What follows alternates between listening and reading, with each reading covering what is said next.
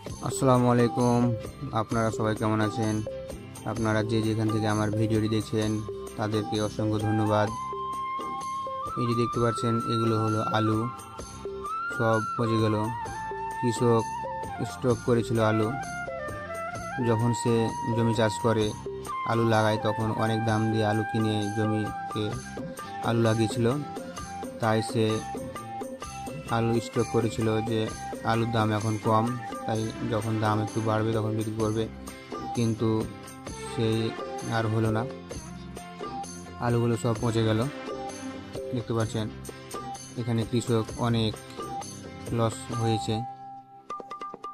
সে যদি আগেই আলুগুলো বিক্রি করে দিত অল্প দামে, তাও হয়তো কিছু টাকা উঠতো, কিন্তু সে ভাবতে পারেনি। আল্লাহ সকলকে হেফাজত করুক, আমিন।